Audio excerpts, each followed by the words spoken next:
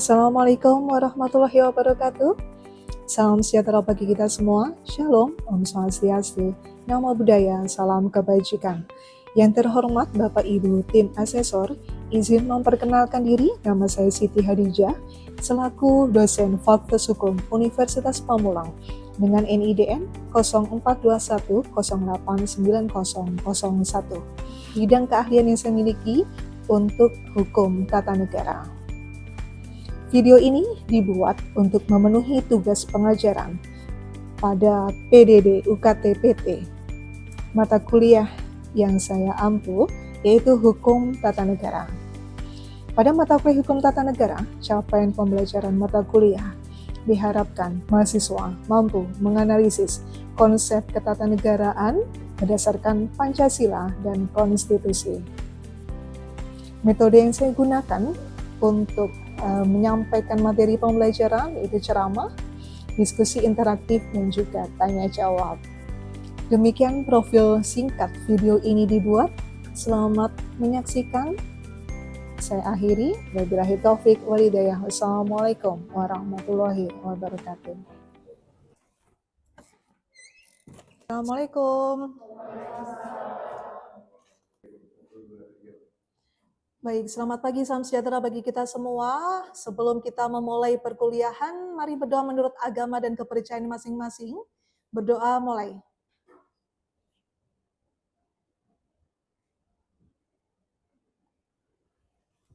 Selesai? Baik, jadi bisa disiapkan untuk referensi bukunya, sebagaimana yang sudah pernah saya infokan, bisa menggunakan buku dari Prof. Jimli Asidiki tentang hukum tata negara, kemudian perkembangan dan konsolidasi lembaga negara pasca reformasi. Itu bisa digunakan untuk referensi. Hari ini membawa Undang-Undang Dasar 1945. Baik, terima kasih untuk yang sudah hadir. Ketua kelas atas nama? Baik. Reki, ada berapa yang konfirmasi untuk tidak hadir hari ini? Yang konfirmasi 2 orang. Atas nama? Baik, oke. Coba saya cek dan absen satu-satu ya untuk pertemuan hari ini. Ramiati? Salsabila Putri? Hafid Alwan Varianto? Yogi Afrizi? Rifa Afifa? Dianur Rohman? Stefani Daniela? Fazira Sabela? Naswa Nur Oktavia? Jihan Zamzama Kotrunada?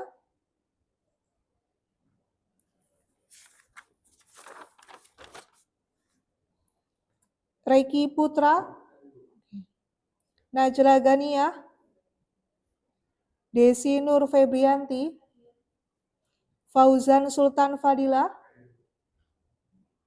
Anggraini Kartika Putri? Aswansa? Adinda Desi?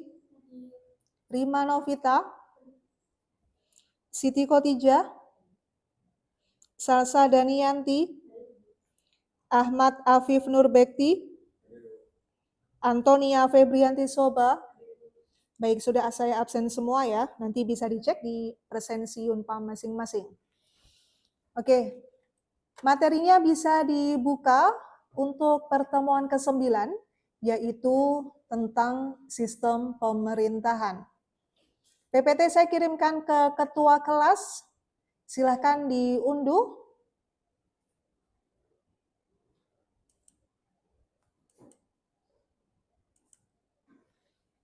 Ada yang buka laptop, ada yang buka buku catatan gitu ya. Jadi nggak HP semua di mejanya. Kalau kayak gini bisa dipotong-potong kan, Nil?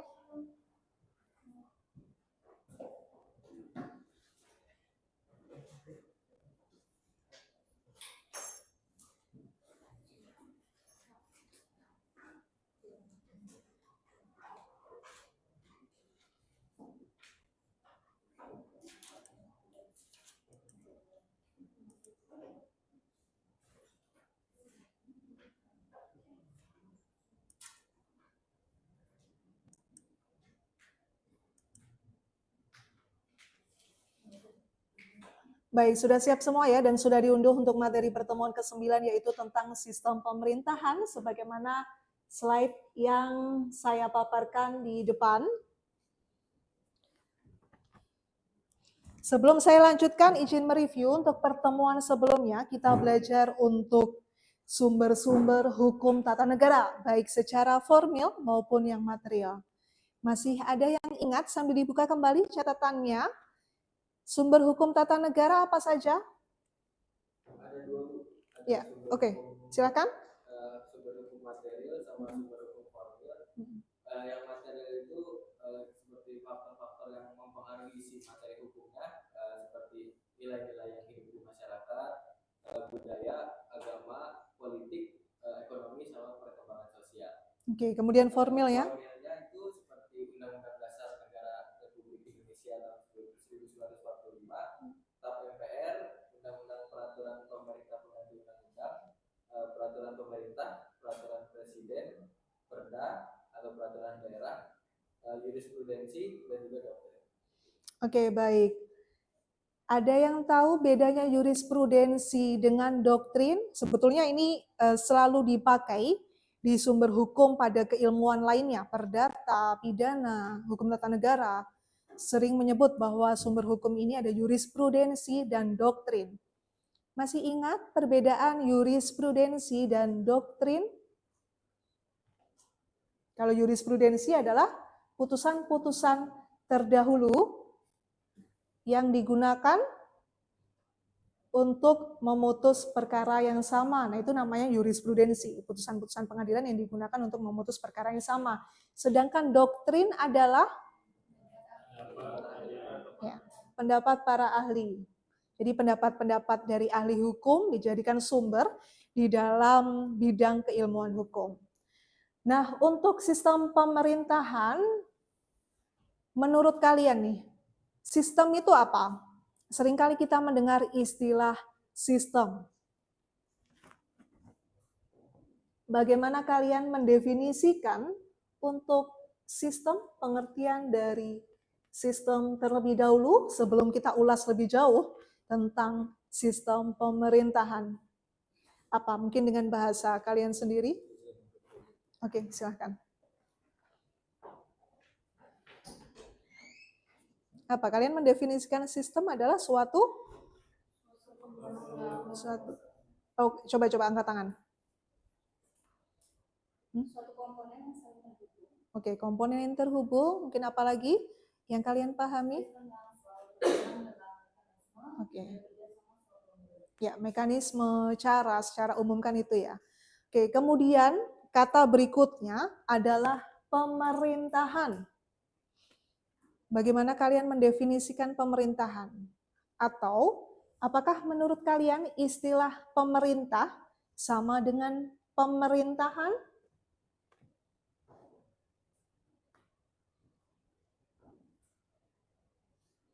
Apakah menurut kalian sama istilah pemerintahan dengan pemerintah? Kalau pemerintahan itu adalah organ atau aparat yang menjalankan pemerintahan. Kalau pemerintahan itu pelaksanaan tugas pemerintah. Oke, ada yang punya jawaban lain? Pemerintah itu orang yang dalam pemerintahan itu prosesnya atau sistemnya. Baik.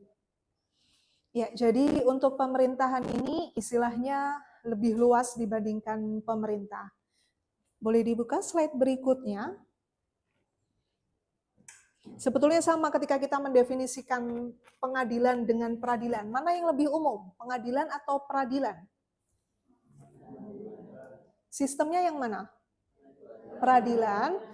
Lembaganya atau yang menjalankan sistem tersebut adalah pengadilan. Makanya ada istilah sistem peradilan, kemudian pengadilannya adalah pengadilan negeri, pengadilan tinggi, dan lain sebagainya. Oke, jika demikian, apa itu sistem pemerintahan? Nah, ini pendapat para ahli, yaitu dari Hamid S. Atamimi, memberikan pengertian sistem akan selalu berkaitan dengan mekanisme dan kerjasama suatu lembaga, institusi, ataupun organ dalam mencapai satu tujuan yang hendak dicapai. Dalam arti luas, segala bentuk kegiatan atau aktivitas penyelenggaraan negara, baik lembaga apa saja, eksekutif, legislatif, yang dilakukan oleh organ-organ negara mempunyai otoritas atau kewenangannya untuk menjalankan kekuasaan. Dengan demikian, sudah betul bahwa istilah pemerintahan tidak sama dengan pemerintah. Pemerintahan dan pemerintah, dalam bahasa Belanda, pemerintah disebut dengan bestuurvoering, pelaksanaan tugas pemerintah, sedangkan pemerintah, organ atau alat atau aparat yang menjalankan pemerintahan. Istilah pemerintah juga dibedakan secara luas dan sempit. Secara luas, in the broad sense, disebut semua alat kelengkapan negara, sedangkan secara sempit diartikan in the narrow sense, yang artinya adalah kekuasaan eksekutif saja. Kalau di Indonesia eksekutifnya siapa? Presiden. Dengan demikian, istilah sistem pemerintahan adalah sistem dalam sebuah negara yang menjelaskan relasi antara pemegang kekuasaan eksekutif dengan pemegang kekuasaan legislatif. Di Indonesia legislatifnya adalah DPR. Bagaimana sistem pemerintahan berdasarkan sifat hubungan badan legislatif dan badan eksekutif ini? Ini secara umum bahwa sistem pemerintahan, nanti bisa dicatat jika tidak ada di PPT ya. Sistem pemerintahan presidensial, sistem pemerintahan parlementer, sistem pemerintahan badan pekerja atau referendum. Nah, ini berikutnya adalah penjelasan dari masing-masing sistem pemerintahan tersebut. Yang pertama, ciri sistem pemerintahan presidensial. 1. Penyelenggaraan negara berada di tangan presiden. 2.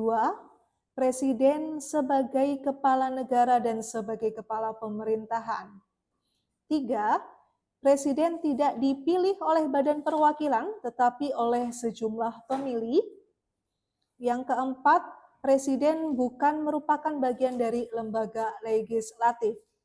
Yang kelima, presiden tidak bertanggung jawab kepada badan legislatif dan tidak dapat dijatuhkan oleh badan legislatif kecuali melalui dakwaan politik yang biasanya jarang terjadi. Presiden tidak dapat membubarkan badan legislatif.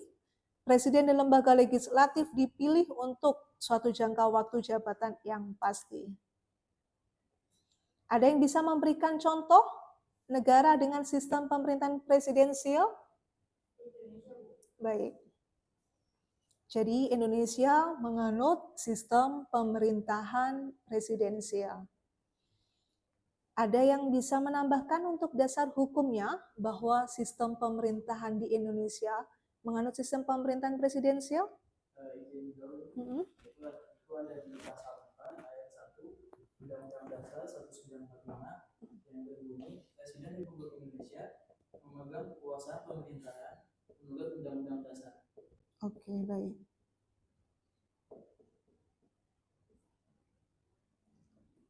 Di Indonesia diatur dalam pasal berapa tadi yang disebutkan oleh teman-teman kalian?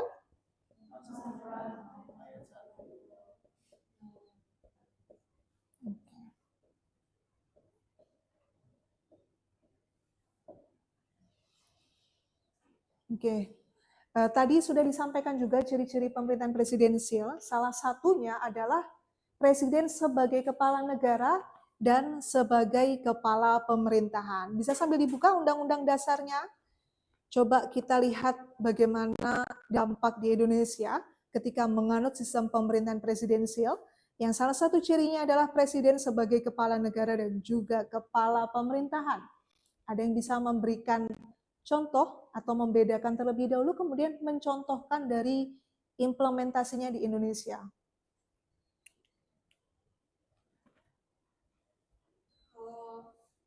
Silakan, Mbak. Presiden sebagai kepala negara itu tugasnya memegang kekuasaan tertinggi atas tanah negara, laut, dan udara pada pasal pasal 10 Undang-Undang Dasar 1945. Sedangkan Presiden sebagai kepala pemerintah memegang kekuasaan pemerintah menurut Undang-Undang Pasal 4 ayat 1 Undang-Undang Dasar 1945. Oke, ada lagi yang bisa memberikan contoh? Kalau kepala negara biasanya presiden bertindak secara simbolis. Kira-kira di Undang-Undang Dasar yang presiden bertindak secara simbolis, contohnya di pasal berapa lagi? Selain yang sudah dicontohkan, siapa tadi namanya? Siti Khadijah.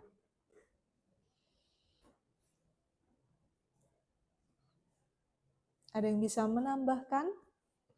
Tadi sudah dicontohkan satu, kepala negara dan kepala pemerintahan. Nah, sebetulnya kalau kita buka Undang-Undang Dasar, di sana banyak penerapan pasal yang mana presiden bertindak sebagai kepala negara dan yang mana presiden bertindak sebagai kepala pemerintahan.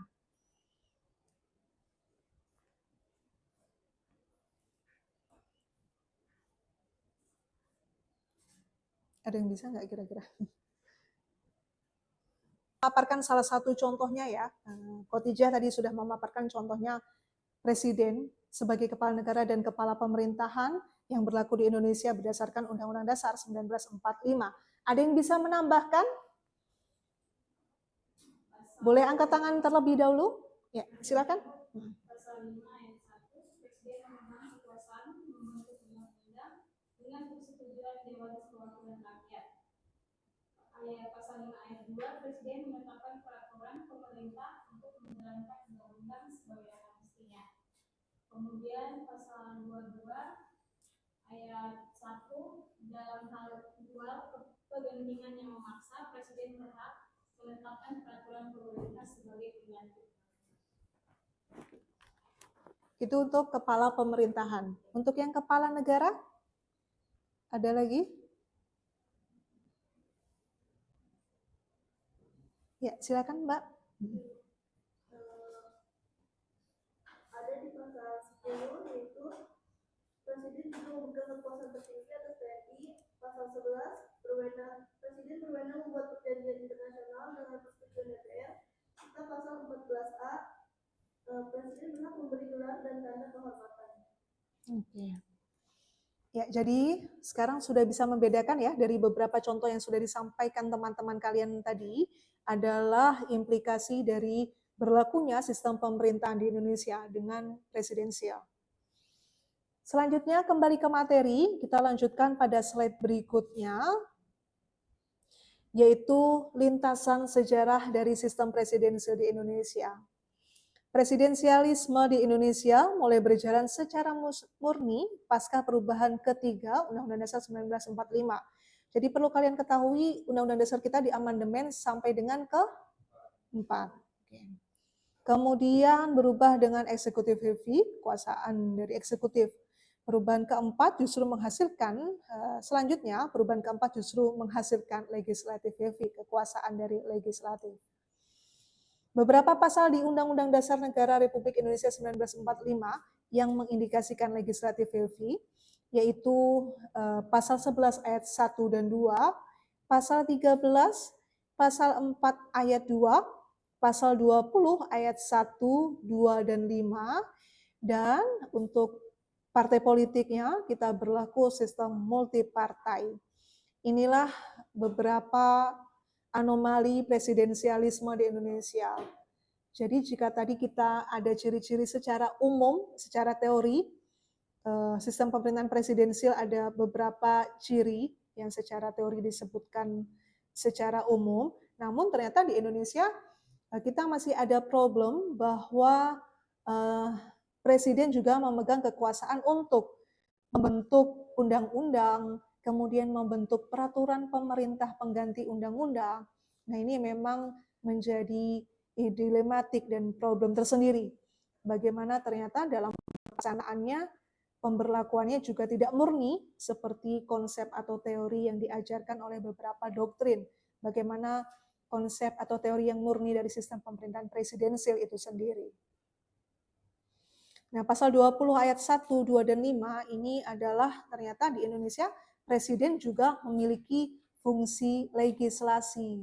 bisa membentuk undang-undang, kemudian tadi teman kalian juga ada yang menyebutkan dapat membentuk peraturan pemerintah pengganti undang-undang atau yang biasa disingkat dengan Perpu. Lanjut, gagasan pemurnian sistem pemerintahan presidensial di Indonesia. Yang pertama, ini pemikiran-pemikiran pembaharuan yang mungkin bisa dijadikan kajian lebih lanjut. Mencabut kewenangan legislasi yang dimiliki Presiden, karena kewenangan legislasi yang dimaksud adalah kewenangan badan legislatif dalam membentuk dan membahas undang-undang yang menjadi kewenangannya secara mutlak. Kedua, agar terdapat suatu mekanisme check and balance antara Presiden dan DPR dalam melaksanakan fungsi legislasi. Presiden diberikan hak veto atas rancangan undang-undang yang telah disetujui oleh DPR dengan berbagai persyaratan yang telah ditentukan. Ketiga, menegaskan kewenangan Presiden sebagai kepala negara dan sebagai kepala pemerintahan sebagai identitas presidensialisme yang dianut oleh negara Indonesia. Yang keempat, menghilangkan kewajiban Presiden untuk meminta pertimbangan DPR dalam pengangkatan duta dan konsul. Kalau kita lihat di Undang-Undang Dasar, terdapat pasal yang menyebutkan bahwa Presiden ini perlu meminta pertimbangan DPR ketika mengangkat duta dan konsul. Kalau menganut sistem pemerintahan presidensial yang murni, hal ini tidak perlu dilakukan karena kepala negara ya tugasnya mengangkat duta dan konsul. Kelima, melakukan penyederhanaan terhadap partai politik. Sistem pemerintahan yang kedua yaitu adalah sistem pemerintahan. Contohnya di negara mana? Nah, utamanya untuk yang bekas jajahan Inggris seperti Malaysia, India, Thailand.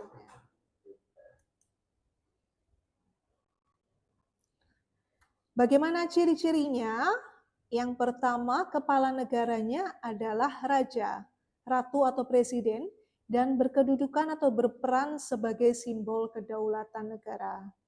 Kepala pemerintahannya adalah siapa? Yang membawahi beberapa kabinet. Perdana Menteri dan kabinetnya bertanggung jawab kepada parlemen. Perdana Menteri dan kabinet dapat dijatuhkan oleh parlemen melalui mosi tidak percaya. Kepala negara, presiden atau raja atau ratu dengan nasihat Perdana Menteri dapat membubarkan parlemen. Nah, ini ciri parlementer menurut Sri Sumantri.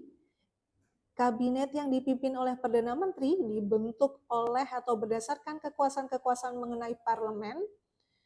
Para anggota kabinet kemungkinan seluruhnya anggota parlemen dan mungkin pula tidak seluruhnya. Kabinet dengan ketuanya, yaitu Perdana Menteri, bertanggung jawab kepada parlemen apabila kabinet atau seorang atau beberapa orang anggotanya mendapat mosi tidak percaya dari parlemen, maka kabinet atau seorang atau beberapa orang daripadanya harus mengundurkan diri. Sebagai imbangan dapat dijatuhkan kabinet, kepala negara, presiden atau raja atau ratu, dengan sarana nasihat Perdana Menteri dapat membubarkan suatu parlemen. Kemudian menurut ahli berikutnya, yang sering kita dengar yaitu menurut C.F. Strong, The Parliamentary Executive, bahwa anggota kabinet adalah anggota parlemen. Ciri ini berlaku antara lain di Inggris dan Malaysia. Sedang di negara-negara lain, ciri ini sudah mengalami modifikasi. Anggota kabinet harus mempunyai pandangan politik yang sama dengan parlemen. Ciri ini antara lain berlaku di Inggris, sedang di negara-negara yang tidak menganut sistem dua partai. Dan hal ini sering dilakukan melalui kompromi di antara partai-partai politik yang mendukung kabinet. Nah, kalau mau diambil. Mewujudkan programnya, Perdana Menteri dan kabinet harus bertanggung jawab kepada badan legislatif atau parlemen. Para menteri mempunyai kedudukan di bawah Perdana Menteri. Nah, ini yang ketiga adalah referendum. Sistem pemerintahan referendum adalah variasi dari sistem pemerintahan presidensial dan parlementer. Sistem campuran ini, ciri-ciri utamanya ialah menteri-menteri dipilih oleh parlemen, lamanya masa jabatan eksekutif ditentukan dengan pasti dalam konstitusi, menteri-menteri tidak bertanggung jawab baik kepada parlemen maupun kepada presiden. Ciri-cirinya yang pertama adalah merupakan ciri pokok dari sistem parlementer, sedangkan ciri yang kedua adalah merupakan ciri pokok dari sistem presidensial. Ciri yang ketiga adalah ciri yang tidak terdapat baik dalam sistem presidensial maupun dalam sistem parlementer. Justru ciri ketiga inilah merupakan konsekuensi dari dianutnya ciri pertama dan kedua secara bersama-sama. Referendum dilakukan di negara Swiss, di dalam sistem referendum Swiss, badan eksekutif disebut Bundesrat yang bersifat suatu dewan merupakan bagian daripada badan legislatif yang disebut Bundesversammlung. Bundesversammlung ini terdiri dari Nationalrat dan Ständerat. Nationalrat merupakan badan perwakilan nasional, sedangkan Ständerat merupakan perwakilan daripada negara-negara bagian yang disebut kanton. Dengan demikian, maka Bundesrat tidak dapat dibubarkan oleh Bundesversammlung. Macam-macam referendum untuk di Swiss ini ada dua macam, yang bersifat wajib, obligatoire, dan bersifat fakultatif.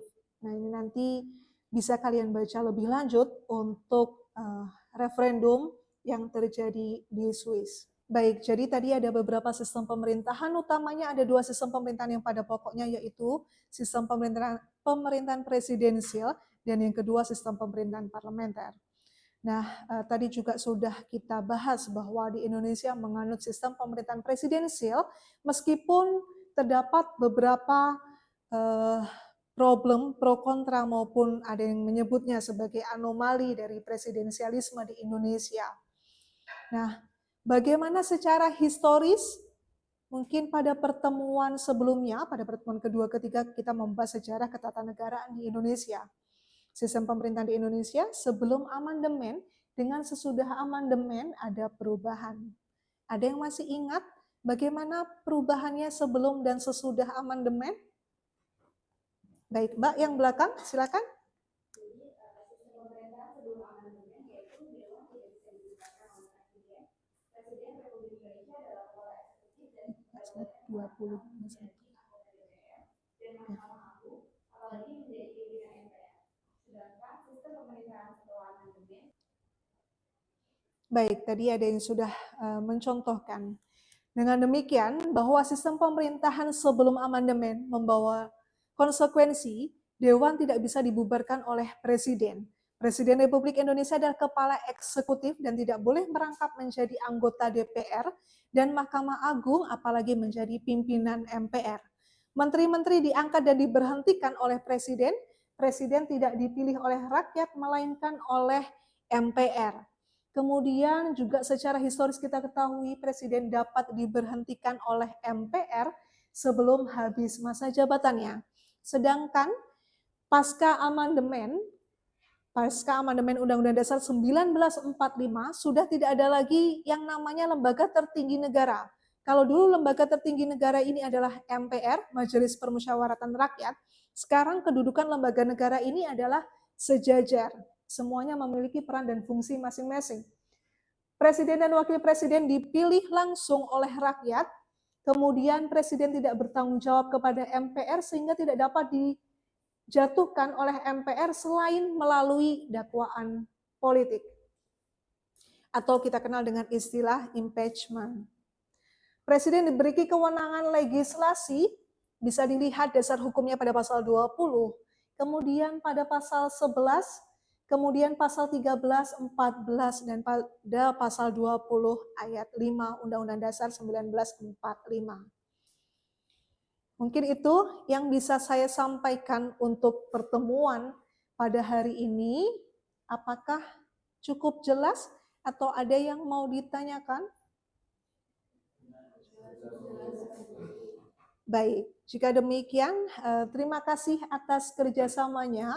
Bisa saya akhiri. Wabillahi taufik wal hidayah. Wassalamualaikum warahmatullahi wabarakatuh. Waalaikumsalam.